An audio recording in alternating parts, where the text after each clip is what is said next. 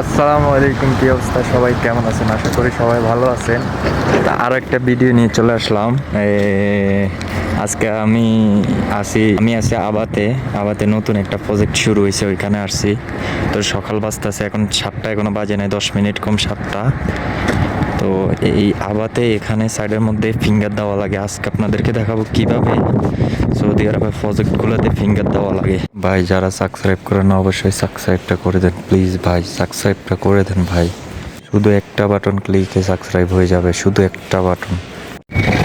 তো আপনাদেরকে বলতেছিলাম যে এখানে সৌদি আরবে এই সাইডের মধ্যে ফিঙ্গার দেওয়া লাগে, মানে ফিঙ্গার না, আপনার ফেস স্ক্যান করা লাগে।